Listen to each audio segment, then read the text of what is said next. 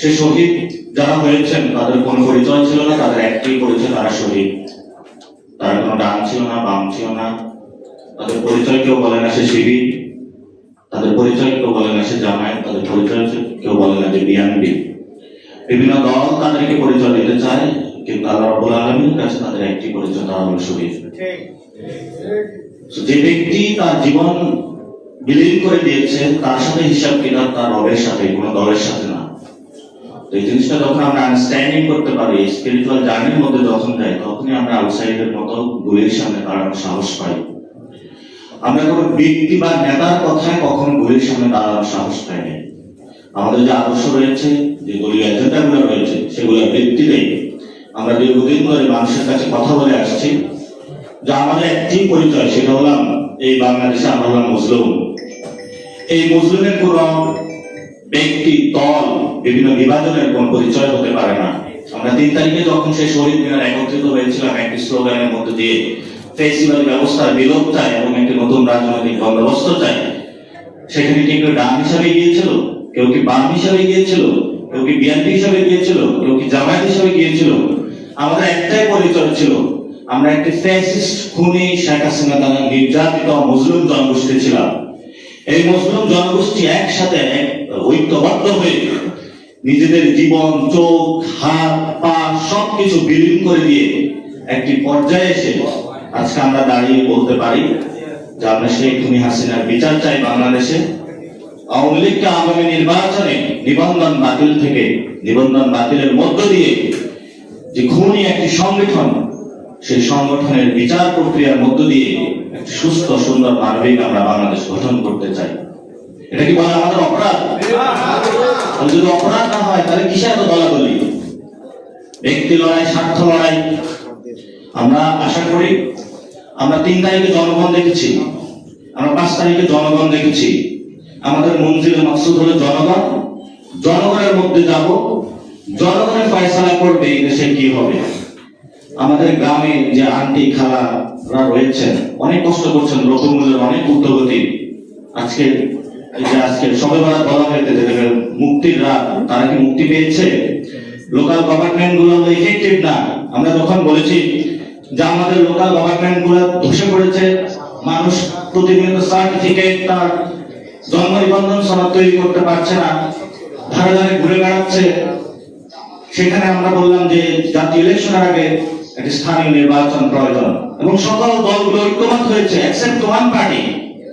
তারা কি মনে করে পার্লামেন্টে 300 আসনে বাংলাদেশে হলো জনগণ, আর এই যে 16 কোটি যারা গ্রামের প্রান্তরে পথে ছড়িয়ে আছে তারা জনগণ নয়?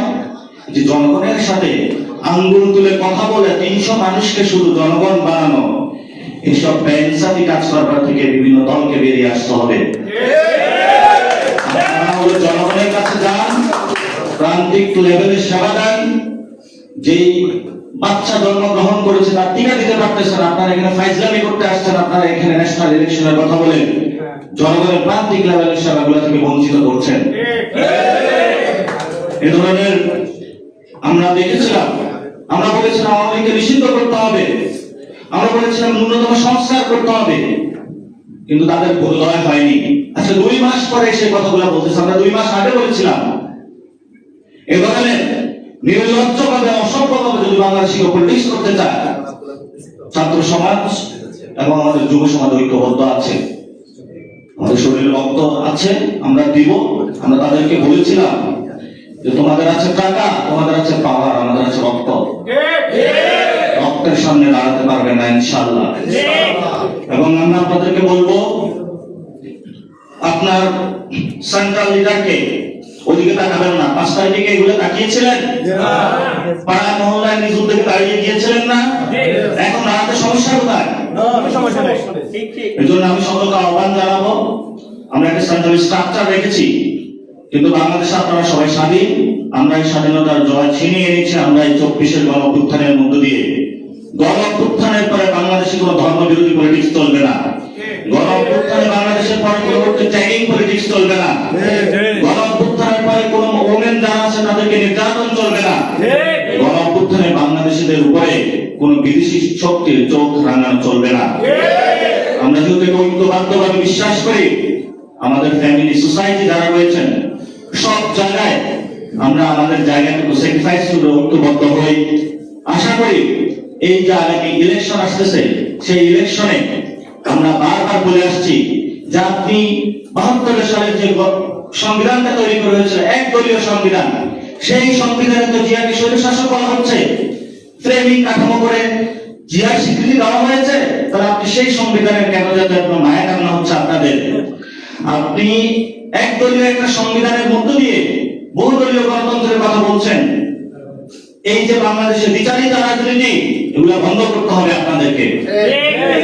আমরা বলি যে বাংলাদেশের এই গণ অভ্যুত্থানে একজন রিকশাওয়ালা, শ্রমিক, হিন্দু, মজুর, কুলি সবাই এসেছিল, এবং এই শহীদ তালিকা আপনারা আইডেন্টিফাই করে দেখবেন প্রান্তিক লেভেলে তারা মানুষ। এই মানুষগুলোকে যদি একসাথে নিয়ে আমরা একটা আকাঙ্ক্ষার ভিত্তিতে শহীদ হয়েছিল, তাদের আকাঙ্ক্ষাটা নিয়ে যদি আমরা একটি গণপরিষদের মধ্য দিয়ে একটি নতুন করে সংবিধান বাংলাদেশে উপহার দিতে পারি, যে সংবিধানের মধ্য দিয়ে জনগণের স্বপ্নটা আবার একটি রুলস বা রেগুলেশন আকারে আমাদের সবার সামনে আসবে। কারণ দিন শেষে তো বাংলাদেশ চালানোর ক্ষেত্রে আপনার আইন বা আইন ক্ষমতার ওই পার্লামেন্টটাতে ফিরে যেতে হয়।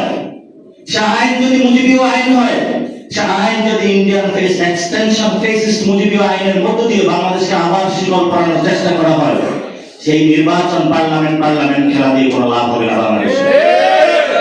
আমাদেরকে যদি খেলতে হয়, গণপরিষদে যেতে হবে, শ্রমিক, মজুর, কুলি, বাংলাদেশের প্রান্তিক লেভেলের মানুষ নিয়ে যে বসতে হবে যে তোমার কথা কি, তোমার কথায় আমি লিখতে চাই, সেই কথার ভিত্তিতেই বাংলাদেশ চলবে। বাংলাদেশ মুজিবীয় সংবিধান দ্বারা চলবে না, বাংলাদেশ কোন ইন্ডিয়ান ফেসিস্ট কোন এক্সটেনশন দ্বারা চলবে না। বাংলাদেশের জনগণের ভাষায় যে সংবিধান হবে, সেই সংবিধানের কথা বাংলাদেশ চলতে হবে। আজকে আমরা এখানে একত্রিত হয়েছি একটি পবিত্র মহিমান্বিত রজনীতে। এই রজনীতে কিন্তু আমরা আজকে ইবাদত করতে, রাতে আমরা ইবাদত করতে যাব। সেই ইবাদতের মধ্যে যদি আমরা আমাদের এই জায়গাটুকু পরিশুদ্ধ করতে না পারি, তাহলে আমরা মনে করি ভবিষ্যতে আমাদের খুবই সংকট রয়েছে। ধর্মীয় ব্যক্তিরা রাজনীতির কথা বললে ধর্মীয় ব্যক্তির মুখে রাজনীতি কেন কথা বলে? রাজনীতি ব্যক্তির মুখে ধর্মীয় কথা আসলে বলে রাজনীতি মুক্ত ধর্মীয় কথা কেন? এই যে বিভাজনের রাজনীতি, কারণ আমার কি ধর্মীয় পরিচয় নাই, আমি প্রাউডলি বলতে পারি আমি বাংলাদেশি মুসলিম, আমার এই সংকট বা পরিচয় নিয়ে কোনো দ্বিধা নাই।